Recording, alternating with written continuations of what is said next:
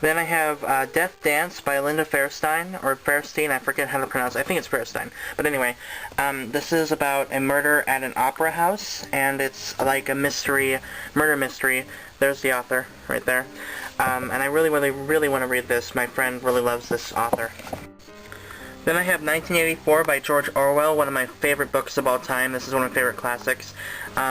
Basically, it's about this corrupt government in the future, or the future of this time. This was written in the 50s, I believe, and it's about 1984, and what would happen if, I forget, if, like, World War II turned wrong or something. I can't remember exactly what happened, but I know that it takes place in 1984, and it's about this guy who is trying to rebel against the government, basically. So I love this book, and I started rereading it, but I didn't get very far. I really want to finish it because I love it, and yeah, it's really, really good.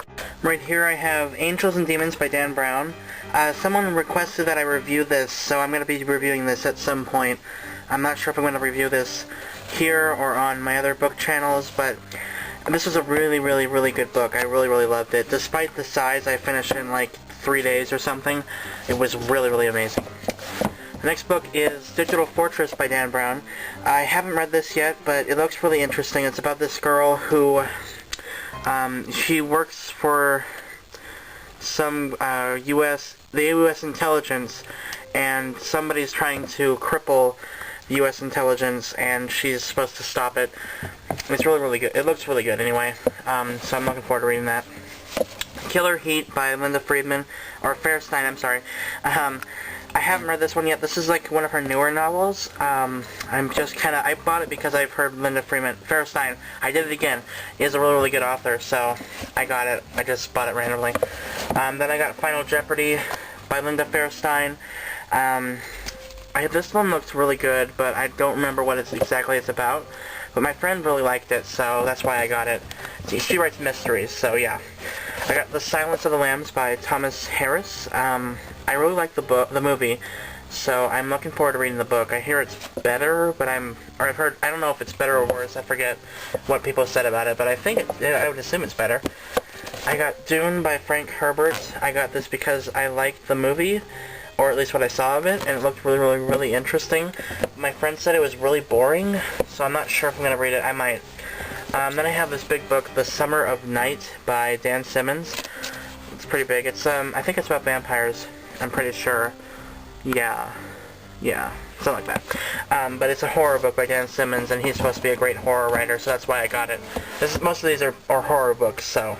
And these books back here I haven't read yet, but I got them because they're all published by Leaser Fiction, which is the same publishing company that published Sarah Pinborough's books. So I have Mr. Hands by Gary Braunbeck, and this is about this doll that comes to life and kills people.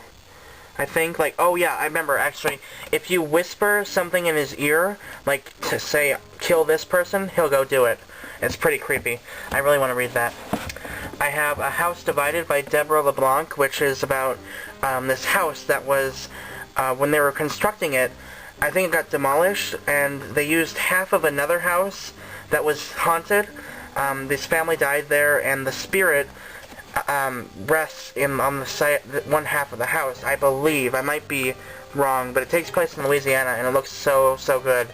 So basically, two houses got put together, and the mother, spirit of the mother is looking for her daughter that was in the other side of the house.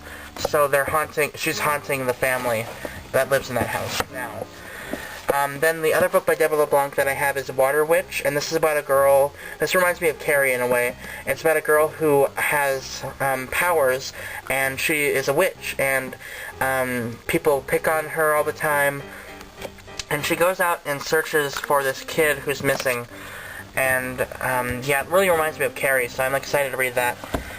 I also have Richard Lehman's books. I have The Cellar, which is about this monster that lives in the Beast House. In the cellar, obviously. And this is the first book in the series. The second one is A Night at the Beast House or something like that. There are like 3 or 4 books in that series, so I'm really excited to read that one. Then I have his other book, The Traveling Vampire Show. This is about these kids that go to this vampire show. It's like a circus, but for vampires. And they think it's all fake, but they stay after hours, and it's actually a real vampire show. So that looks really, really interesting. I can't wait to read it. If I can get this back in. Then I have One Rainy Night by Richard Lehman. I believe this is about Jack the Ripper. Like, Jack the Ripper comes back to life and starts killing people again. Or no, I'm wrong. I'm thinking of another book. I'm sorry. This is about this town that when it rains, people go crazy and start killing people. So that sounds really interesting. Yeah. Then I have Jigsaw Man by Gord Rollo. This is his first book. It's about this guy who, I think he gets in an accident and he has to go through surgery, and they, like, put other people's parts on him. Yeah, and they steal parts of his own. It's really, really creepy. Like, they harvest his organs and give him other people's organs. It's just sick. But I can't wait to read it, because I love sick stuff. Yeah, whatever. I have Crimson by Gord Rollo, which is, about this monster in this town, I believe. Yeah, there's an evil that lurks in the darkness, or something like that. It looks really good, and I love this cover. Isn't that creepy? Oh, that's why I bought it. I can't wait to read his books. And then I have Ravenous by Ray Garton, which is a werewolf book, as you can see. Okay, here's one thing. It's a really, really, really adult book, because in this story, werewolves become werewolves by people doing it. So, yeah. Adult stuff. Then I have Deathbringer by Brian Smith, and this is about this person called the Deathbringer that turns people into zombies, and he's trying to destroy this town. I think he's a devil, I think. I'm not too sure, I haven't read it, but it looks good.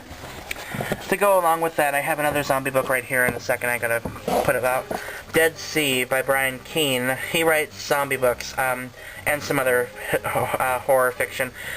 This one is about these people that get stuck on a ship, and the virus is attacking them on the ship, so they're stuck at sea. So that's creepy. Then I have The Conqueror Worms by Brian Keene. As you can see, they're just giant worms that attack this town. It looks really, really interesting, and I cannot wait to read it, if I ever get to read it. Then I have Night by Elie Wiesel. I love this book. This book is amazing. It's really, really short, but it's so good. It's about this kid who, it's a nonfiction, or I think it's a fictionalized, I don't remember. I think it's nonfiction, but basically, this guy, Elie Wiesel, he goes through living in a concentration camp, and it's really, really, really good. It's really sad. I loved it though. We had to read it in school, and it was amazing. And then I have Romeo and Juliet by William Shakespeare. This is one of my least favorite of his plays, actually. I know it's classics, but that's why I have it. But I didn't quite like that one much. My favorite is Hamlet, and I don't have that book. I love Hamlet. That is my absolute favorite. Oh, this is backwards. I have The Winds of War by Herman Wouk, which is the first book. This is about World War II and this family that lives in World War II. It is massive. It is huge. And then here's the sequel, War and Remembrance, which is even bigger. Can you do a comparison? Yeah, it's even bigger. But it's about this. This is what happens after World War II ends, I think.